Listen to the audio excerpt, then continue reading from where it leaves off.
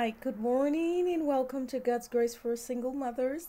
I'm Reverend Jessica Swan again with today's episode that is titled How Single Parenting Unleashes Your Inner Warrior and Leader. How Single Parenting Unleashes Your Inner Warrior and Leader. I'm sure many of you are familiar with the term Mama Bear. And we all have the idea that mothers tend to be fierce in protection of their children. However, I want to go a little bit beyond that today. I want to show you how, contrary to society's understanding, your experience as a single mom is something that God actually uses to positively train you, equip you, to make you a productive part of society, and not someone who typically should be at the bottom of the ladder. So, we know that our circumstances, you're starting out at a disadvantage, regardless of how you became a single parent. You become disadvantaged in so many ways once you become a single parent. Primarily, you're economically disadvantaged. Secondarily, you are relationally disadvantaged. And what this means is that you're going to be, for many, many years, maybe the first 20 years of the children's lives, you are going to be trying to make both your finances and your relational resources extend as though it were two people instead of one. Now, we all know that that's not humanly possible. However, as I try to teach through this series of videos, through God, it is possible. Through the provisions that God makes for us, through the guidance, through His grace, we are able to attain the measure of successful parenting that God would desire from any parent. And it is through this process that your inner leader or your inner warrior is unleashed. You, contrary to what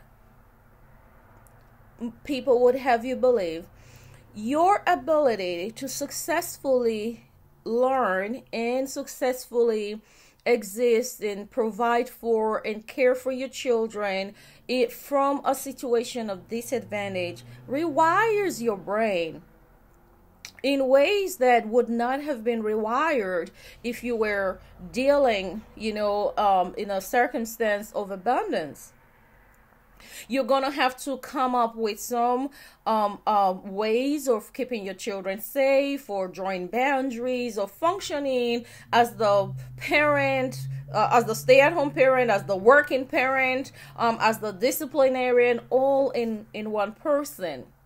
One of the examples I want to draw from the scriptures for you to demonstrate this God's penchant for developing leaders out of scarcity, experiences of scarcity, is the example of King David. We know that King David didn't start out as a king. As a matter of fact, he was not even considered. I don't know what the criteria was for belonging in the army, but apparently, compared to his older brothers, he was not. He was not considered to serve in the army of the king, which was a prestigious position. Instead, he was the younger brother, who was caring for the sheep. Now, I want you to think with me, this through a little bit. If caring for the sheep was such an important task, or something worthy, wouldn't the other brothers fight to belong there? However, this was not the case. As a matter of fact, when Samuel went to the house of David's dad to anoint the new king of Israel, the Bible tells us that when he was directed, when his father talked about him, it wasn't so much with a sense of, oh, this could possibly be the king you're looking for. And when Samuel himself eventually met the guy David, he wasn't so much anything to write about. And God was specific. I am looking at the heart and not at the outward. However, something changes when David steps up and kills Goliath and wins the victory for Israel. So here in that story is where I want you to take my lesson from today, from. The Bible tells us that David walked up to Saul and he says, what will be done? What reward will be given to the person who brings down this enemy of Israel? Now, don't forget that the entire army of Israel was shrinking away from Goliath in fear. And here's this young man, youngest of his father's sons, asking what would be done. And anyway, Saul took him up on the offer, but then Saul said something to him. Saul said, hey, you are so young. This giant is gonna eat you up alive, gonna be his lunch meat. Hey, why don't you put on my armor? Why don't you put on my helmet, carry my sword, but take my chain and all that stuff. And David said something. No, I will not use your armor because I haven't tested and proven it. And he also told something to Saul when Saul queried his ability to be the person, this ruddy young lad, to be the person to conquer this giant. He said, look, my Lord, I have been the keeper of my father's sheep. And I tell you, I have done battle with lions and bears who came against my father's sheep. What does that have to do with fighting a military battle? See, what happened was that in that desert space, on those fields where David was alone caring for this sheep, having to be mother and father to the sheep against the forces of nature, against the natural elements and the natural predators. He had to rely on himself and God alone. And the thing is, when you rely on God, something magical happens.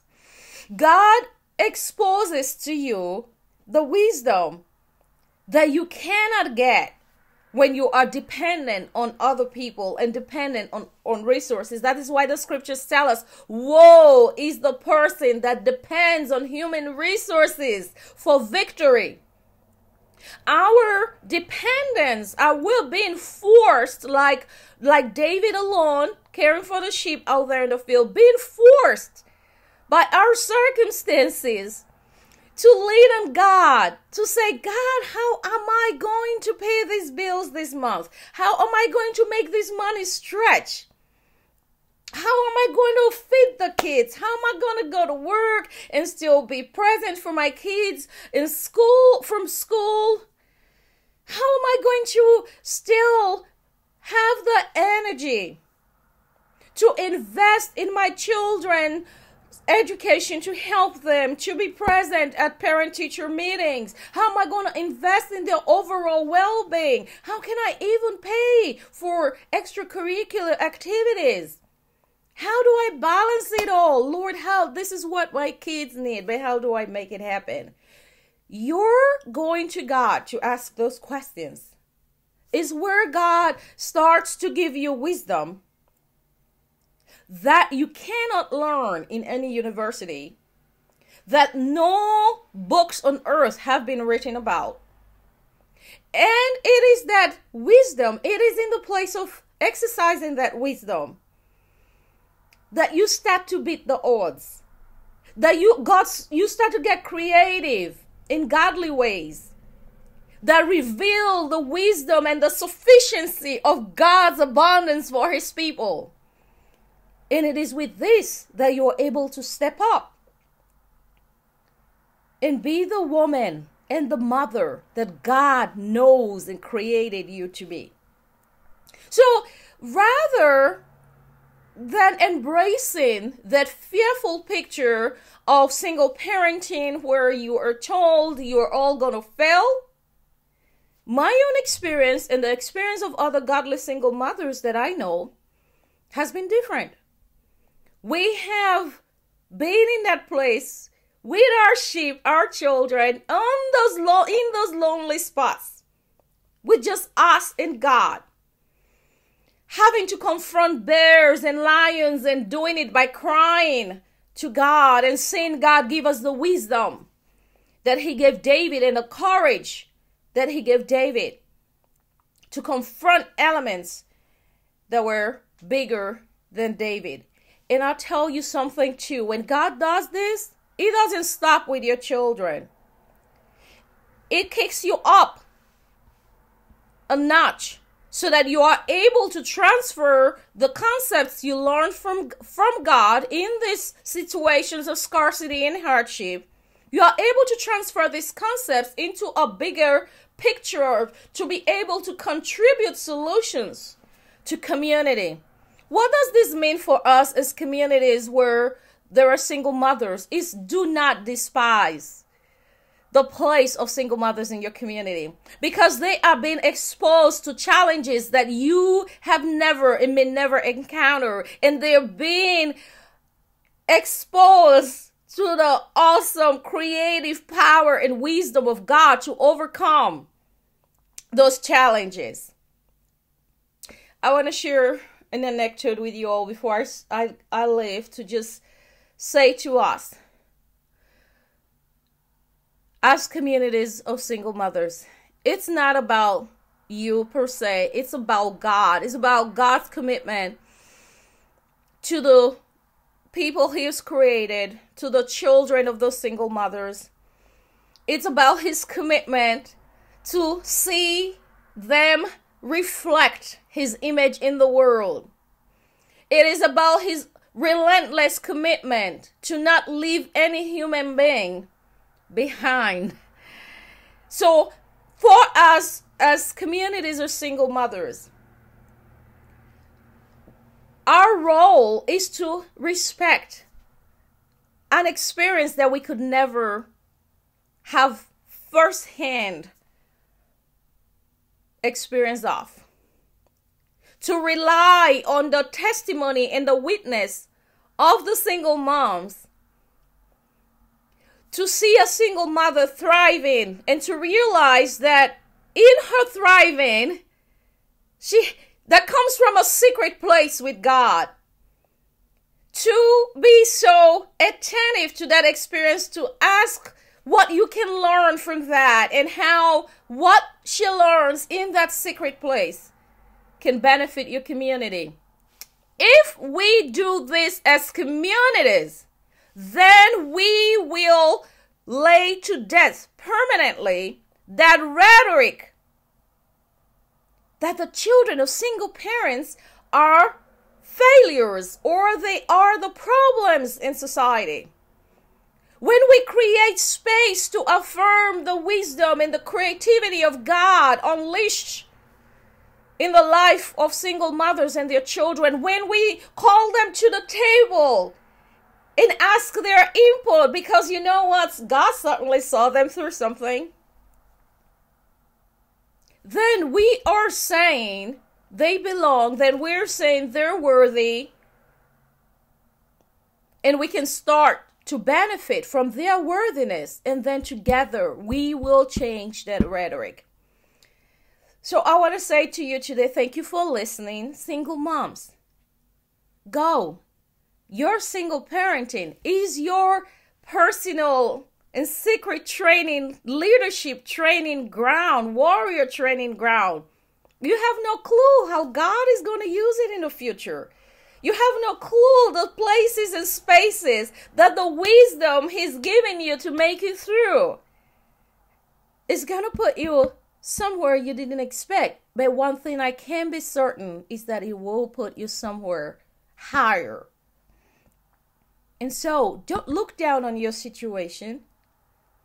Instead, look up to God and let him develop that inner warrior and inner leader that is in you. Thanks for listening. Please share this with your single mother communities, and I look forward to being with you next week. Thanks. God bless you.